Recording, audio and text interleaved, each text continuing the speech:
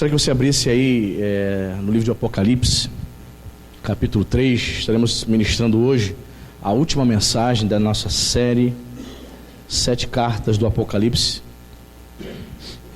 Vamos pregar hoje sobre a igreja de Laodiceia. Apocalipse, o livro da Revelação, capítulo 3, versículo 14.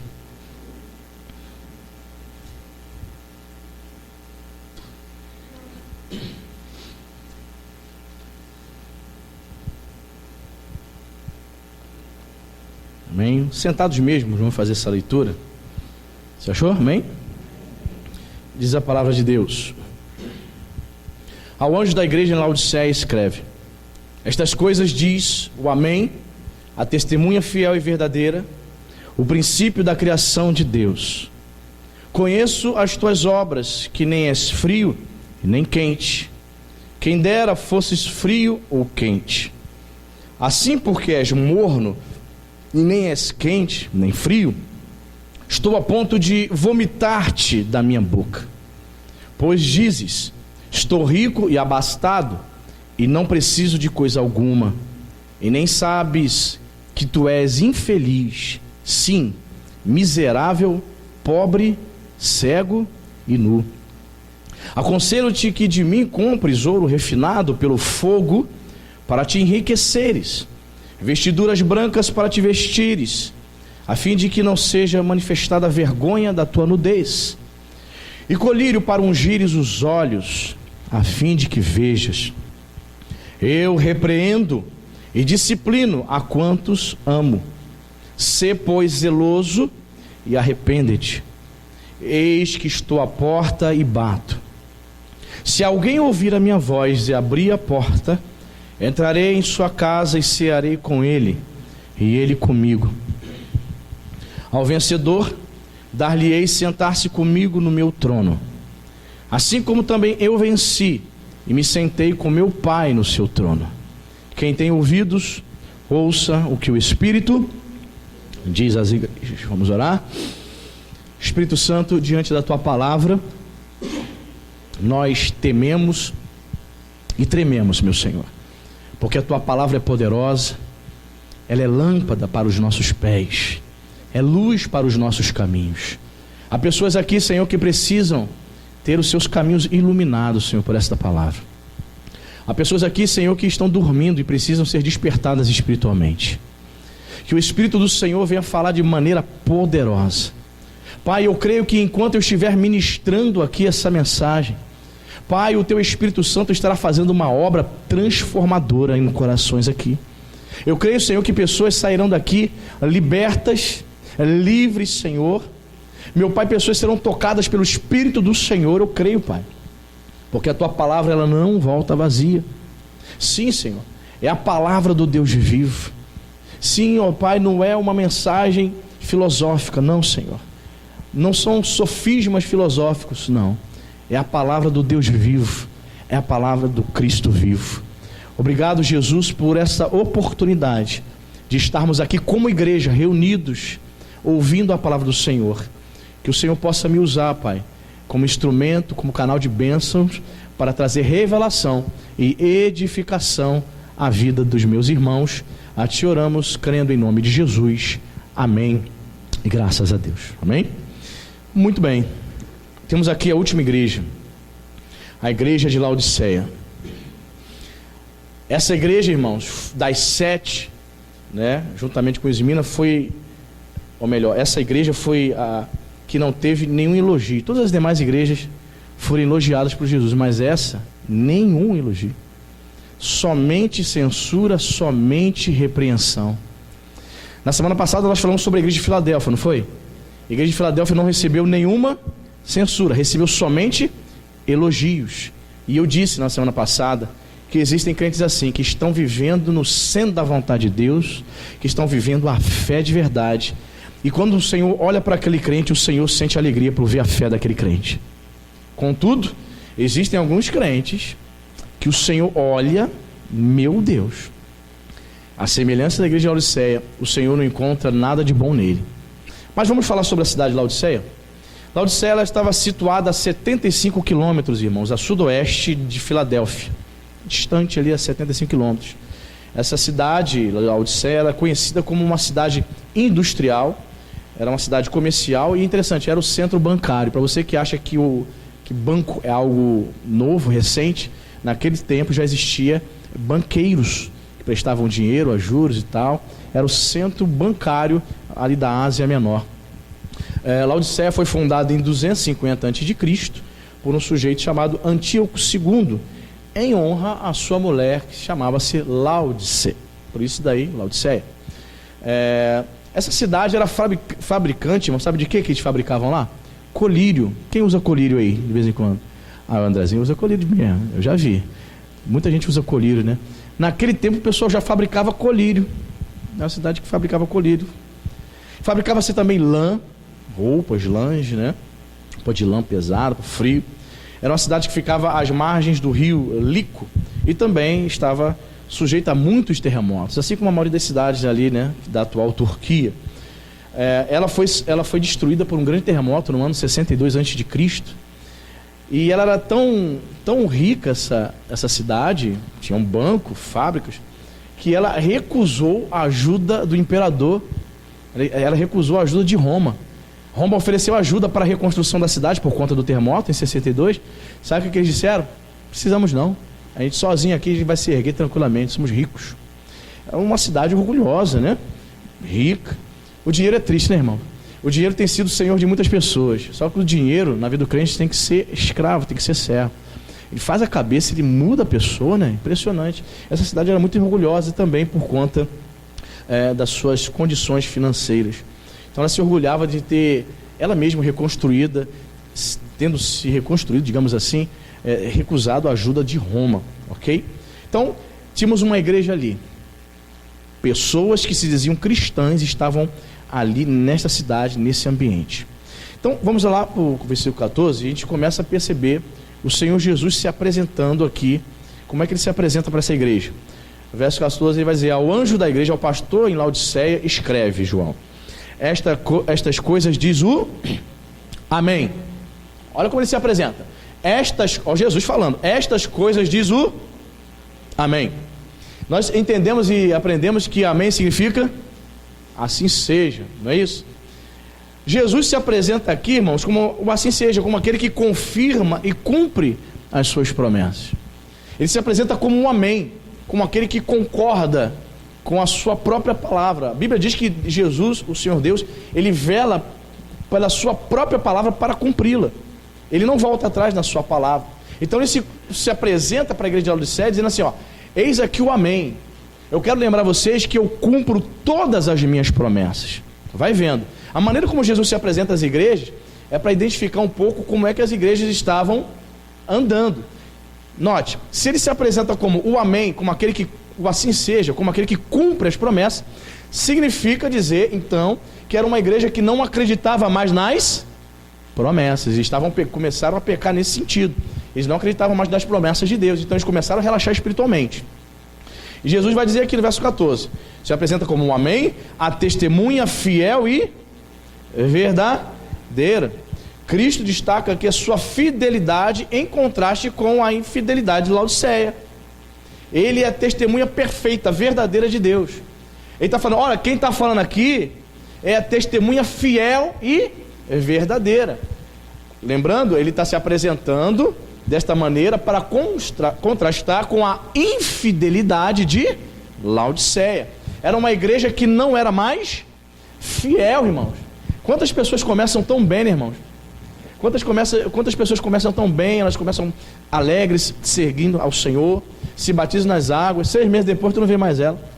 Eu já vi gente se batizar nas águas no domingo, no outro o cara desapareceu, não voltou mais para a igreja. Eu já vi lá em Lafayette. Falei, Jesus, o camarada, depois ele ficou sabendo que ele só se batizou porque ele estava afim de uma menina da juventude. Aí ele achando que se batizando, a garota que já era crente, ele achou que iria conquistar o coração da menina.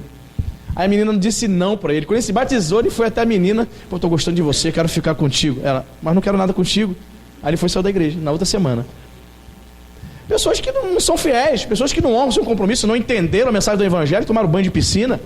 Pois é, a igreja de Laodiceia se apresentava como uma igreja infiel.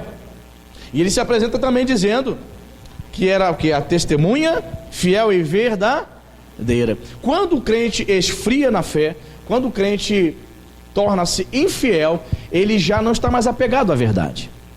Quando ele se torna infiel, a mentira começa a fazer parte da vida dele.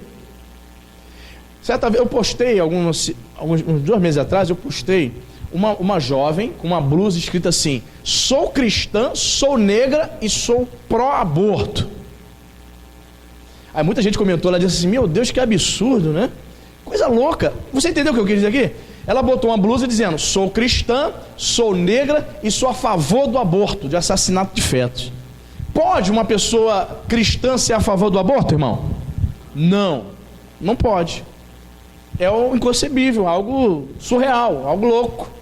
São pessoas o quê? Que não são fiéis, portanto elas não estão mais na verdade. Mas Jesus se apresenta para a igreja aqui de Laodiceia como fiel testemunha verdadeira. O princípio da criação de Deus.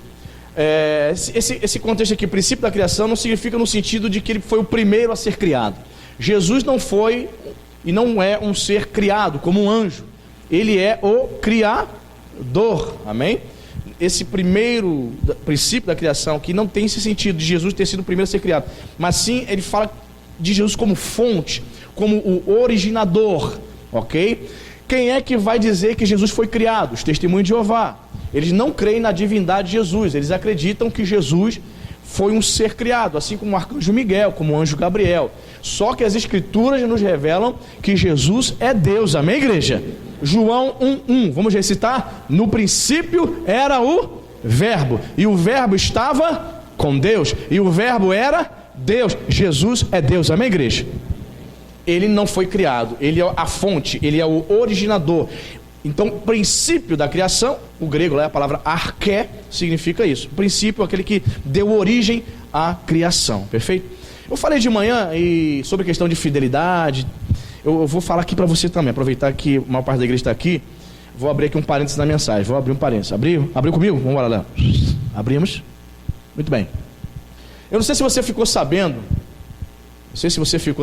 que nesta semana, o governador do estado da Geórgia, quantos ficaram sabendo dessa notícia aí? Ninguém?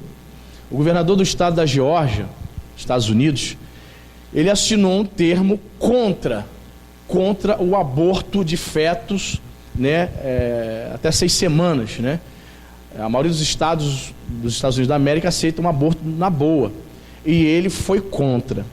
Eu não sei se você sabe, a maioria dos estúdios de Hollywood, eles filmam no estado da Geórgia. Por quê? Porque a taxa de tributação de impostos lá é o que? É menor. Então a Marvel filma lá grande parte dos seus filmes, a Netflix e a Disney. O que aconteceu? Quando o governador essa semana meteu a caneta dizendo que é contra o aborto, que é pró-vida, a favor da vida, o que a Netflix, a Disney e a Marvel está fazendo?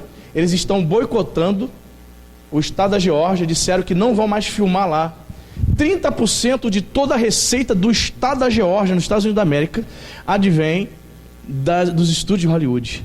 Então eles estão dizendo o seguinte: olha, por conta do governador ter assinado aí contra o aborto, nós vamos boicotar, nós não vamos mais filmar aí. O que isso significa? Querido, tira da sua cabeça a figura de Disney World, aquele cara que criou o Mickey. Esse cara morreu. Hoje os executivos da Disney são satanistas, são jovens satanistas e são pessoas homossexuais. Tempos desse aí eles criaram a personagem, uma versão da Minnie lésbica. Você está entendendo? Então eles são a favor da agenda progressista, da agenda socialista, do Partido Democrata, do Barack Obama. Eles são a favor do aborto. Barack Obama, o Hillary Clinton, essa turma, Bill Clinton, eles são do Partido Democrata. O Partido Democrata nos Estados Unidos é como se fosse um PSB, um PT da vida aqui. Então eles são a favor da liberação das drogas, eles são a favor do aborto. Então, o dono da Netflix, o dono da Disney e os executivos da Marvel são todos apoiadores do aborto, da liberação das drogas. E eu falei, fica agora a seu critério, ir para o cinema ali e dar dinheiro para a Disney para ver Aladdin. Você está entendendo, irmão? Fica a nosso critério agora. Você está sabendo? Eles têm compromisso com o inferno. Eles não querem saber de Deus, gente. Eles não têm compromisso com o reino de Deus. Então veja bem, estão boicotando o governador porque o governador se recusou a permitir abortar fetos, bebês. Que coisa! Aí a gente se pergunta, o que eles têm a ver com isso? O que a Marvel, a Netflix, a gente tem a ver com o governador proibir? Tem a ver, porque eles apoiam o aborto, eles apoiam morte de fetos. Isso é para você ficar atento. A igreja precisa saber dessas coisas. Nós precisamos ficar atentos. E cabe a você ir ou não assistir Aladdin. Aladdin nem sabia dessa. Vamos ver Aladdin. Só ver, só o cartaz ali, só no cinema, só passa. Viu? Já viu. Aladdin passou, olha lá o Aladdin lá. Will Smith fazendo o gênio da lâmpada. Muita gente vai. As pessoas não sabem que estão compactuando com uma agenda demoníaca. Pastor, eu conheço crentes que fazem parte do partido PT. Não é crente não, irmão, não leva a mão não. Não é, irmão. Como que eu vou fazer parte de uma ideologia, de um partido que aprova a liberação das drogas, que aprova o aborto, irmão? Ah, querido, quanta gente enganada, irmão. Quanta gente enganada no nosso meio. Se a gente está achando que vai para o céu, só foi o céu da boca. Que céu, irmão? Que céu? Assassino vai para o céu, irmão? Quem concorda com o assassinato vai para o céu? Então tua Bíblia é outra. Não é a mesma da minha, não. Então fiquemos atentos aí, amém, queridos? Fique atento aí. Netflix, Disney. Tão inocente, Disney World. Pastor, eu estou planejando ir para Disney ver o Pateta. Tá bom. Quero ver o Ronald, pastor. Meu irmão, não dá dinheiro para eles não. Eles são a favor de crianças. Nos Estados Unidos existe um grupo, uma clínica legalizada. Ela é responsável por todos os abortos dos Estados Unidos da América. Quanto dinheiro essa clínica deve ganhar, né, irmãos? Para matar feto, né, irmão? E tem supostos crentes aprovando uma desgraça dessa.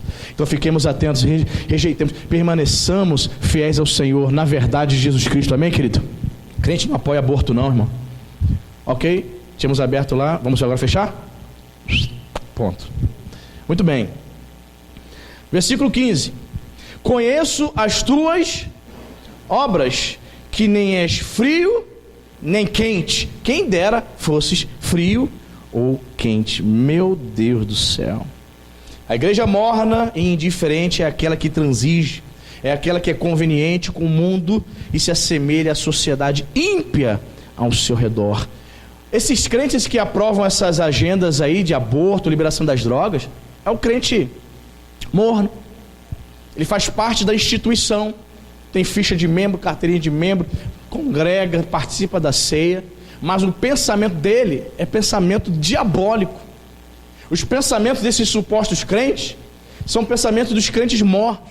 E Jesus vai dizer para aquela igreja: quem dera fosses frio ou quente. Sabe por que ele fala isso? Porque se eles fossem frios, a pessoa que está fria, pelo menos ela reconhece. Ela olha para si mesma e ela pensa: pô, estou fria para caramba, não oro, não leio a Bíblia. Eu vou me arrastando com a minha rasteirinha para o culto. Já viu o crente quando está de má vontade, vai para o culto? Aí aquela irmã bota aquela rasteirinha de R$19,90 e vem. Paz do Senhor, irmã. E, paz do Senhor. Uma má vontade. Levanta a mão, pau, pastor. Levanta a mão para adorar a Deus. Estou cansado, meu Deus do céu. Uma indisposição, uma antipatia ou uma apatia diante de Deus, que se eu ficar olhando, eu desanimo. Eu paro de tocar violão, jogo o violão e vou embora. Sim, Rogério. Se eu ficar olhando, por isso que você me vê de olho fechado, é para não ver coisas. Você está rindo? Crentes mornos. Se ele tivesse consciência que estava frio, ele pelo menos ouve a palavra e sairia daqui assim pensando: eu tenho que tomar tenência na vida, eu tenho que me esquentar de novo na presença de Deus. Mas não, ele está morno. Quem está morno está enganado. Ele vem ao culto, ele não consegue abrir a boca para falar com Deus, ele vai embora achando que está tudo bem. Tá não, irmão. Nenhum fervor, mornidão. É interessante que esta cidade, ela tinha, Laodiceia, era uma cidade que tinha problemas com abastecimento de água. A água que chegava até os moradores, geralmente, era uma água não fria, gostosa. Você está falando comigo hoje, vamos comprar um filtro de barro. Eu falei, é bom, né? A água fica fresquinha. Quem tem filtro de barro em casa aí? Tem? É boa, né? É legal. É bom a água fresquinha.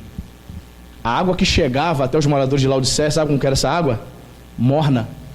Eles chegavam na torneira lá, no abastecimento, na hora que eles iam beber, eles faziam o seguinte, vomitavam. Grande parte do abastecimento de água de Laodiceia eram de águas mornas. Então as pessoas vomitavam. Então Jesus faz aqui uma analogia, uma referência à água que não se podia beber naquela cidade. Interessante isso, né? Morna. Então ele vai dizer, quem dera fosses frio ou quente. É óbvio, né, que o desejo do Senhor é que você seja uma pessoa fervorosa, amém, querido? Seja uma pessoa quente na presença de Deus. Seja uma pessoa alegre, uma pessoa cheia do Espírito Santo. Não fique esperando o pastor dizer, levante as mãos para adorar a Deus. Não, meu amigo, se você está quente, se você é fervoroso, isso vai acontecer naturalmente na sua vida. Você não vai esperar o pastor, o ministro de louvor dizer, levante a mão para adorar a Deus. Não! Vai ser algo que você vai fazer naturalmente, algo que você vai expressar. O crente que é quente, fervoroso, não espera do pastor dizer assim, vá orar, crente. Não, ele já tem vida de oração. Eu liberei aqui, amém, irmão? Eu liberei aqui, se você quiser chegar aqui 8h30 da manhã ou 18h30 para orar com os trabalhadores, você que gosta de orar e quer ter uma vida de fervor fervorosa, pode vir orar com os trabalhadores, amém, igreja? Quando o cara está quente, ele vem, irmão. Que hora que é, pastor? Tamo aí, tamo junto, vamos embora. Ele vem buscar Deus, ele está vivendo a fé. Mas quando nós não estamos vivendo a fé, o camarada ele vai olhando para o relógio assim, está na hora de ir para o culto. Ai, meu Deus. Ele demonstra, sabe, um peso. Para ele é um peso, sabe por quê? Porque você está morno. Só te esqueceram de avisar, mas estou te avisando nessa noite. Você precisa ser fervoroso na presença de Deus, amém, igreja? Você precisa ser mais fervoroso. Jesus vai dizer, olha o que Jesus vai dizer no versículo 16, talvez seja uma das palavras mais fortes da Bíblia. Verso 16. Assim, porque és morno e nem és quente nem frio, estou a ponto de vomitar-te da minha... Meu Deus. Gente, você só vomita uma coisa que você sente o quê? Nojo. Estou dizendo para você, na minha opinião, não sei quanto a você, na minha opinião, talvez seja a palavra mais forte que o Senhor Jesus se dirige para uma igreja. Jesus está dizendo, você é morno, não é frio nem é quente, você me dá nojo. Meu Deus. Mais uma vez, uma referência às águas mornas, que eram intragáveis lá de Laodiceia. Gente, um crente, imagine Jesus aparecendo para mim e para você, dizendo, olha, eu estou a ponto de vomitar você, você é intragável. Olha, crente, você está vivendo uma vida tão relapsa, está me desonrando tanto, que eu estou a ponto de vomitar você, não te suporto. Já imaginou, irmão? Muito forte. Foi essa palavra, quase 2000 anos atrás, que a igreja de Laodiceia recebeu, querido. Vocês estão me embrulhando, eu estou a ponto de vomitá-los. Uma palavra fortíssima, irmãos. Porque a condição espiritual deles, a mornidão, a apatia daquela igreja, estava entristecendo e desagradando ao Senhor tremendamente. Essa é uma palavra para todas as eras da igreja, porque muitos são os crentes que são intragáveis, pessoas frequentando cultos, participando de ceia, mas cometendo as maiores torpezas que existem. Falei de manhã, estávamos lendo ontem um artigo, pastor metodista mata a esposa e esconde o corpo. Ah, meu irmão, o que é isso, mano? E aí? Mulher de pastor em depressão, dá cabo da sua vida, se enforca. Tá, aí vem a notícia, aí tu vai estudar o histórico, né? Vamos ver o histórico? Por que ela fez isso? Por que ela se mata? Por que uma esposa de pastor se mata? Por que um pastor mata a esposa? Por que um pastor se suicida? Por que o pastor se enforca? Por quê? Porque ele estava orando muito, né, irmão? Porque ele estava lendo bastante a Bíblia, não é isso? É isso? Claro que não, irmão. Pessoas vivendo vidas duplas, pessoas vivendo uma vida morna, pessoas que não estão levando a sério o Evangelho. Aí foram pesquisar acerca desse pastor que matou a esposa e escondeu o corpo. Sabe o que ele fazia? A igreja lamentou o fato, e tem que lamentar, né? E disse ao repórter que já era sabido dos irmãos que o couro comia em casa. A igreja sabia que o pastor tinha uma amante dentro da igreja, e a mulher brigava com a amante no meio da rua, brigava com a irmã dentro da igreja, amante. Que desgraça é essa, irmão? E o pastor ainda pastorava a igreja. Pode isso, irmão? Como diria o outro, pode isso, produção? Pode? Pode não, irmão. Não pode. Crentes mornos, desejosos de liderar, desejosos em liderar a igreja, em pastorear, não pode, irmão. São pessoas que, infelizmente, a semelhança da igreja de Laodiceia, não são quentes e nem estão frias, elas estão mornas. O problema do morno é que ele acha, repito, é que ele acha que está tudo bem. Mas a palavra forte de Jesus é: estou a ponto de vomitar-te da minha boca. Você é intragável, Laodiceia. Irmãos, o que é isso? Eu leio uma palavra dessa, eu não sei quanto a você, mas eu fico assim arrepiado, irmão. Jesus se dirigindo para a igreja, todos. Não havia ninguém que se salvava ali. Não houve um elogio para o remanescente, à semelhança das outras igrejas. Não havia meia dúzia que estava orando e que escapava. Não, todos. Toda igreja. Quantos membros tinha essa igreja? 100, 200? Não sabemos. Mas todos estavam no estado de mornidão, do ponto do Senhor vomitá-los da sua boca. Uma palavra fortíssima, irmãos. É uma palavra para a pessoa se despertar. É uma palavra para você fazer uma análise da sua vida. Será, pastor, que eu sou um crente frio, morno, ou sou fervoroso? Como é que é a minha vida de oração, pastor? Como será, hein? Como está a minha vida, a minha devoção? É para a gente meditar, irmãos. Verso 17. Olha o que Jesus diz. Pois dizes, olha só, Jesus dizendo para a igreja: vocês dizem, estou rico e abastado e não preciso de coisa alguma. Estou rico e abastado. Muitas igrejas se vangloriam, né, irmãos? Do grande número de membros. A minha igreja tem 2.500 membros. A minha igreja tem 2 milhões na conta. Não temos o que fazer. Já ouvi isso, irmão? Nós não temos o que fazer.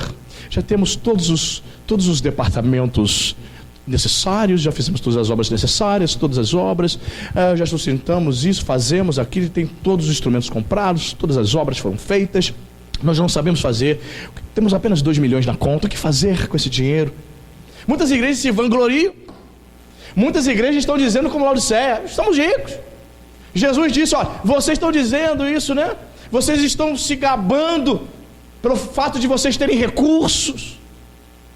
Tem igreja que acha que está bem com Deus. Tem crente que acha que tem que estar bem com Deus porque tem dinheiro, que a conta está recheada. Tem igreja que acha que está em aliança com o Senhor, porque são igrejas ricas, membros ricos. Irmão, tu já foi em alguma igreja da Barra da Tijuca? Quem já foi aí? Já foi já? Uma igreja lá? Meu Deus, se eu e você chegarmos com o nosso carrinho popular no estacionamento, você volta, não. Meu querido, é só carro de 200 mil, querido, 150 prata. Meu Deus do céu, gente empresária, gente rica, igreja de 1.500 membros, irmãos, uma Barra, pessoas milionárias, igreja rica. Eu não estou dizendo que toda igreja que tenha pessoas de posse, você entenda isso, tá? Eu não estou dizendo que todas as igrejas com pessoas de posse estão no pecado, estão no erro, mas eu digo aqui que existem sim igrejas que se vangloriam pelo fato de serem ricas, e Jesus apontou esse pecado de Laodiceia. Vocês dizem, estou rico, preciso de nada. Mas eles precisavam sim, irmãos. O que eles precisavam? Precisavam da graça do Espírito Santo, precisavam do perdão de Jesus, amém? Porque estavam em pecado, precisavam de tantas coisas, né, irmão? Estou rico, não preciso de nada, não preciso de... Era uma igreja o quê? Orgulhosa. Você já tentou ajudar uma pessoa? Ela está precisando, ela fala, não preciso não. Já viu já? Já tentou já? Meu Deus do céu. Você vai tentar ajudar a pessoa, toma isso aqui, não preciso não, eu já sei fazer. Não estou precisando não, mas tu está vendo que a pessoa é orgulhosa? Desagradável, né, irmão? A igreja de Laodiceia é uma igreja orgulhosa. A gente vê, irmãos, quase 10 anos já pastoreando, meu Deus, é pouco tempo, mas dá para perceber algumas coisas. Quanta gente com problema no casamento, quanta gente o couro comendo bonito, mas o orgulho é terrível.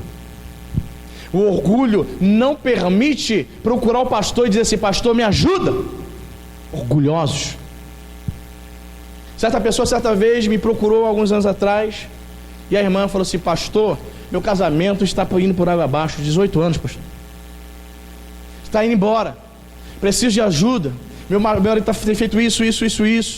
Eu já falei, vamos até o pastor, vamos procurar ajuda, vamos pedir ajuda em oração. E sabe o que meu marido falou, pastor? Não, pastor, você não vai ficar sabendo da minha intimidade, não. É ruim, hein? Vamos resolver esse problema em casa, aqui. Nós não vamos pedir ajuda a ele, não. Mas vamos, a gente não está se entendendo. Vamos. Mas o orgulho, a soberba, sou rico, preciso de nada, foi tão intensa. Sabe como terminou isso, né? Tu tem ideia como terminou esse negócio? Como que terminou? Divórcio. Orgulhosos, com problemas, frequentando a igreja e não pede ajuda, não pede sequer uma oração, pastor. Quer resolver sozinho? Orgulhoso. A semelhança da igreja de Laodiceia, fica dizendo: estou rico, não preciso da tua ajuda não, pastor. Segue esse teu caminho para você ver onde você termina, irmão. Segue com esse orgulho, com essa soberba. Está na hora de aprendermos a ser humildes, amém, queridos? Temos que ser humildes. Está com problema, peça ajuda. Está com problema, está conseguindo resolver? Peça ajuda. Uma coisa é certa, uma coisa eu vou fazer, pelo menos eu vou orar por você, meu irmão. Não sei se eu vou resolver o teu problema, mas a oração é sempre bom, né, irmão? Não preciso de nada, o pastor tem que ficar sabendo da minha vida, não. É claro que esse negócio não termina bem, irmão. Está na cara, né? Pois bem, no caso desse casal terminou em divórcio, infelizmente. Não deu para resolver, ele não quis ser ajudado. E ele diz mais aqui a palavra de Deus: pois diz, estou rico, abastado e não preciso de coisa alguma. E nem sabe, olha só a palavra de Jesus para essa igreja: nem sabes que tu és o quê? Infeliz, caramba. Infeliz, sim, miserável, pobre, cego e nu. Meu Deus. Eu não sei se você é nordestino, a minha mãe é paraibana. Vem cá, seu infeliz. Não, o nordestino tem uns costumes, né? Alguns, né? Não sei, são todos. Seu cabra, seu infeliz. Você não pode mais ficar falando, chamando teu filho de infeliz, amém? Teu filho é feliz, ele é servo de Deus, amém, irmã? Mas algumas mães assim do Nordeste tinham esse costume, né? Jesus chama aquela igreja infeliz. Tu é infeliz. Você pensa que é feliz? Não, você está enganada. Você é uma igreja infeliz. Por quê? Por quê? Aí Jesus diz aqui, ó: porque você é miserável, pobre, cego e nu. Miserável por quê? Porque o estado deles espiritual, irmãos, era digno de pena, era um estado de miséria. Jesus olhava para aquela igreja e via ela num estado deplorável. Não tinha nada de Deus ali. Engraçado que era uma igreja que se reunia, tinha cultos, mas não se via a presença de Deus naquele lugar. Jesus vai dizer que eles eram o quê? Pobre. Eles se achavam ricos, não é isso? Por estarem no centro de banqueiros, centro bancário, né? Mas eles eram pobres espiritualmente. Jesus chama a igreja de Laodiceia de igreja cega. Por quê? Eles eram conhecidos por serem fabricantes de quê mesmo, irmão? Colírios. Jesus faz aqui uma analogia, faz uma referência. Vocês são conhecidos por serem fabricantes de colírio, de curar os olhos naturais, mas vocês espiritualmente estão cegos. Aí Jesus vai dizer aqui: pobre, cego e nu. Lembra que eu falei que eles eram fabricantes de lã, de roupas? Pois é, Jesus faz outra referência aqui. Jesus diz assim: vocês são conhecidos por fabricarem lã, roupa, mas espiritualmente vocês estão nus. E nudez na Bíblia, irmão, para você que não sabe, é símbolo, é um símbolo de pecado, né? Símbolo de vergonha espiritual, né? Que as pessoas têm. As pessoas apresentam a sua nudez, é símbolo de vergonha, símbolo de humilhação. né? Então eles estavam sendo humilhados. Era uma igreja que estava sendo humilhada por conta da sua condição espiritual. E o verso 18, Jesus aqui traz um conselho para eles, né? Aconselho-te que de mim, faça o quê? Compres ouro refinado pelo fogo para te enriqueceres. Ouro refinado pelo fogo. A maioria dos estudiosos dizem que ouro refinado aqui simboliza símbolo da verdadeira riqueza espiritual. Eles deveriam buscar as coisas espirituais a partir daquele momento. Jesus estava aconselhando a maneira deles sair daquele estado de mornidão espiritual. Quero que vocês comprem ouro refinado pelo fogo para te enriqueceres. Tinha que comprar mais o que, irmã, mesmo dele? Vestiduras brancas.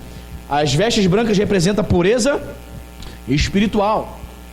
Jesus estava dizendo para aquela igreja: a partir de hoje eu quero que vocês adquirem, busquem pureza, busquem o perdão das suas impurezas, dos seus pecados, busquem ser puros espiritualmente. Vestes brancas simboliza isso, pureza espiritual. Jesus disse: vocês têm que adquirir, comprar de mim, mas o que? Vestiduras brancas para te vestires, a fim de que não seja manifestada a vergonha da tua nudez, e colírio para ungires os olhos, a fim de que veja. Somente Cristo pode curar a nossa cegueira espiritual, amém, irmão? Somente Ele. Vocês têm que comprar de mim. Claro, Jesus está usando aqui uma linguagem metafórica. Vocês têm que vir a mim. Se vocês quiserem enxergar o colírio espiritual, só eu que posso dar. Igreja de Laodiceia, vocês estão mornos, vocês estão longe de mim, vocês estão cegos. Vocês querem enxergar? Compre, adquira de mim o colírio verdadeiro para tirar a cegueira espiritual de vocês. Vocês estão mostrando as suas vergonhas, vocês estão mostrando a sua nudez espiritual. Então compre comigo, adquira comigo vestes brancas, símbolo de pureza. Se afaste do mundo, igreja. Se afaste do mundo, igreja de Laodiceia. Vocês estão comprometidas com o mundo. Meu Deus, palavra forte, né, irmão? Mas essa palavra tem que ser pregada, amém, irmãos?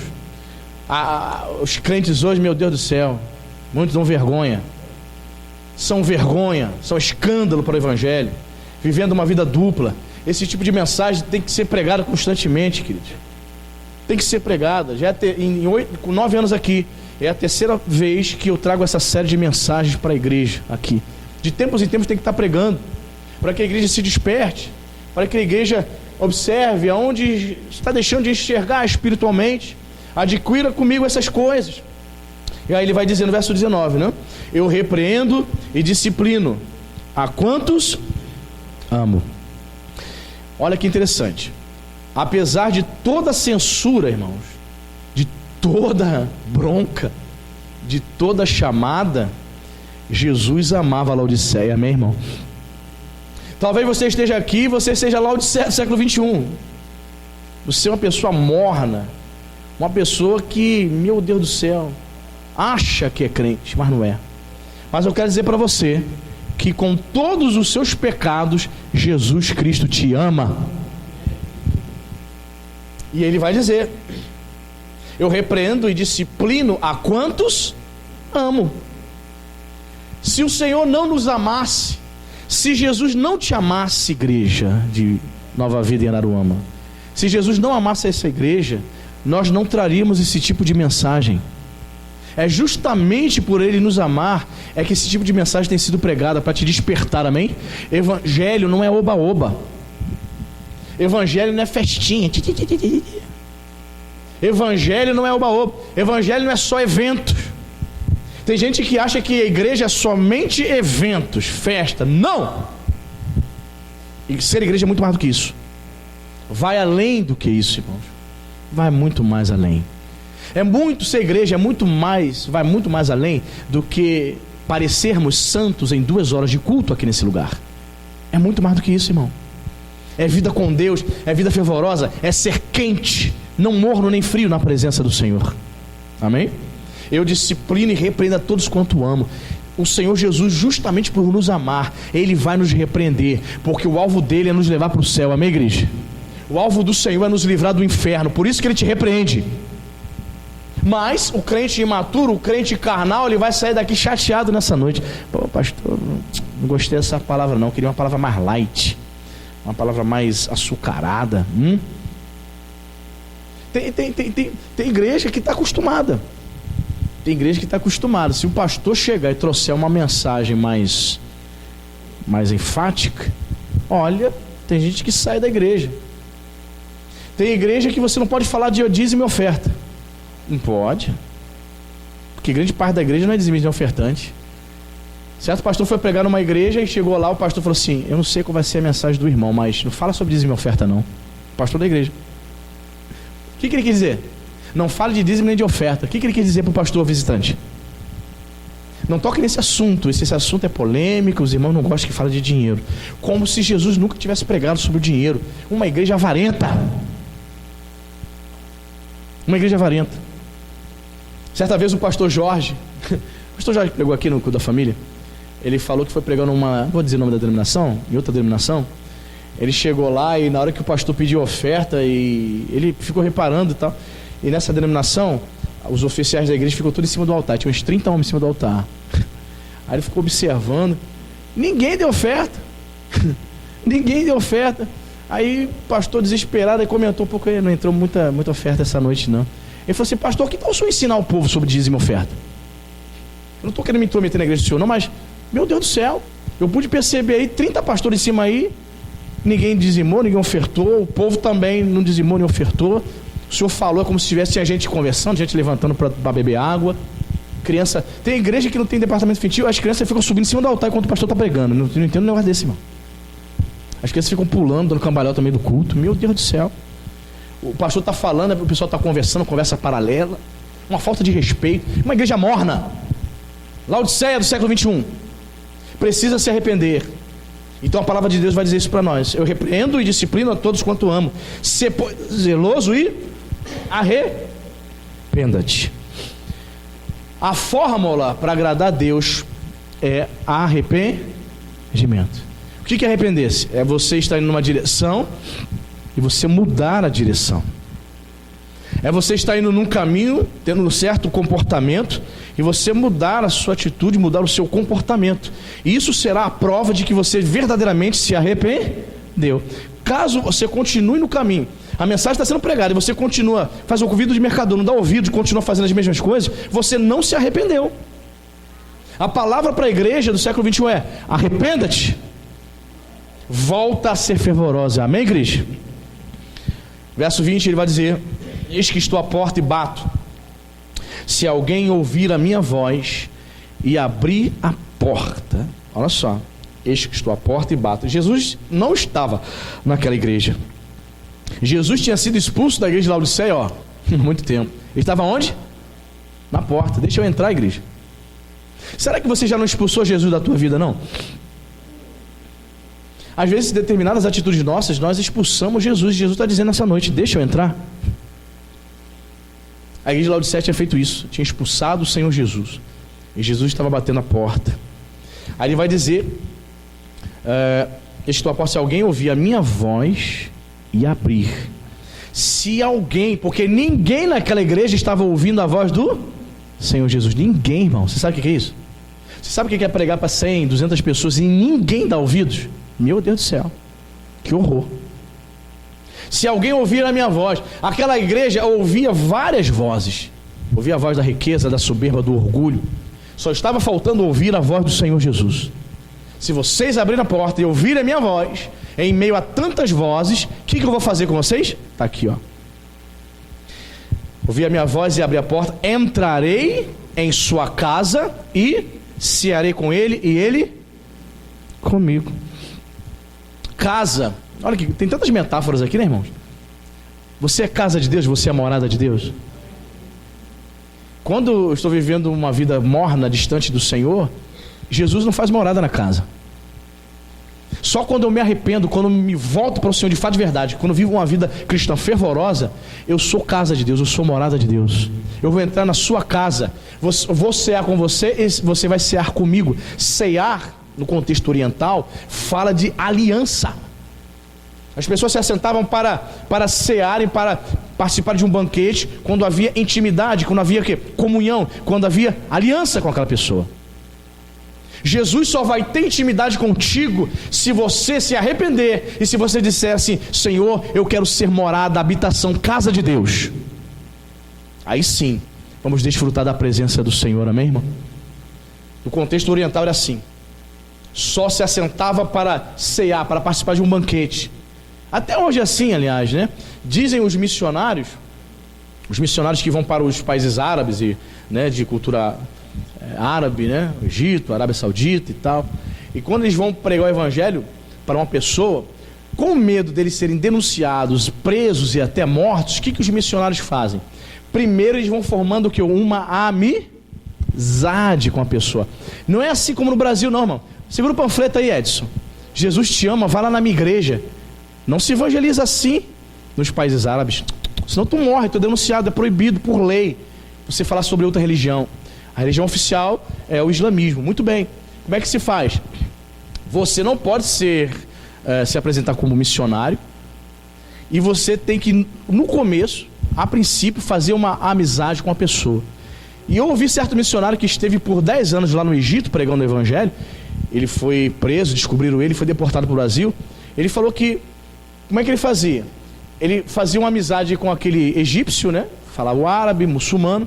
Quando ele conquistava a amizade dele, quando ele convidava o missionário para ir na casa dele, lanchar, aí que ele se sentia seguro para falar de Jesus. Porque havia o risco dele ser o quê? Denunciado, fazendo proselitismo do cristianismo, e poderia ser preso. Você entendeu? E esse missionário, contando para nós pastores que ele esteve no Egito, e ele foi preso porque ele não vigiou muito bem. Ele falou por quase 10 anos lá, e ele começou a relaxar nos cuidados, né? O que ele fez? Ele botou no carro dele panfletos evangelísticos atrás do carro. Aí tinha um amigo lá que era guarda, um egípcio, muçulmano. Aí ele falou que deixou assim os panfletos em cima do carro, e esse guarda egípcio que era amigo dele olhou assim, viu Bíblia, viu panfletos evangelísticos. Ei, você é cristão? Ele, meu Deus. Ele falou assim: gente, parecia até filme, coisa de cinema. Em 1 minuto chegou toda a polícia, mão na cabeça, pararam, prendeu ele. Porque é crime você fazer proselitismo de outra religião nesses países. E ele fala que foi preso, e ele pediu assim, ele falou que fazia a seguinte oração: Senhor, se eu tiver que morrer, se eles tiverem que me matar, Senhor, que seja uma morte rápida, um fuzilamento, um tiro na cabeça, algo rápido. Porque ele sabia que os missionários muitas vezes eram torturados antes de morrerem. Mas graças a Deus, a noiva dele aqui no Brasil ficou sabendo da prisão dele, foi até o Itamaraty, pediu ajuda a alguns políticos, saiu até a reportagem da prisão dele lá no jornal Hoje, na Rede Globo, saiu a reportagem dele. Aí quando o governo brasileiro se intrometeu, entrou no negócio, aí o governo egípcio não tocou nele. Mas ele falou que já estava com medo de morrer, por conta de terem descoberto que ele era um missionário. Então, queridos, Jesus promete para nós: se você deixar, Ele entra na tua vida e vai desfrutar de comunhão conosco, amém? Verso 21 diz: ao vencedor dar-lhe-ei sentar-se comigo no meu trono, e assim como também eu venci e me sentei com meu Pai no seu trono. Olha que interessante, há uma promessa aqui para a igreja, hein? Se eles se arrependessem, dar-lhe-ei sentar-se, ou seja, eu vou conceder o privilégio, se houver arrependimento nessa igreja aí, mesmo com toda essa mornidão, se algum de vocês se arrependerem, eu vou conceder o privilégio de vocês se assentarem comigo no meu trono. Vai ter crente aí, se arrepender, se assentando comigo, reinando comigo futuramente. Aleluia, amém, querido? Então o que eu aprendo aqui? Por mais pecador que seja um indivíduo, por mais pecadora, por mais mundana que seja uma igreja, se ela se arrepender de fato, de verdade, ela pode receber essa bênção maravilhosa da salvação e de um dia reinar com o nosso Senhor Jesus Cristo. Amém, igreja? Aí ele termina, como sempre terminou nas demais cartas, verso 22, quem tem ouvidos, ouça o que o Espírito diz à igreja. O Espírito Santo está falando com você, amém, querido? Se você ouvir a voz do Senhor, se arrepender, Ele vai entrar na tua casa, Ele vai fazer morada no teu coração. Nós devemos ser casa de Deus, morada, santuário do Espírito Santo de Deus, amém, igreja?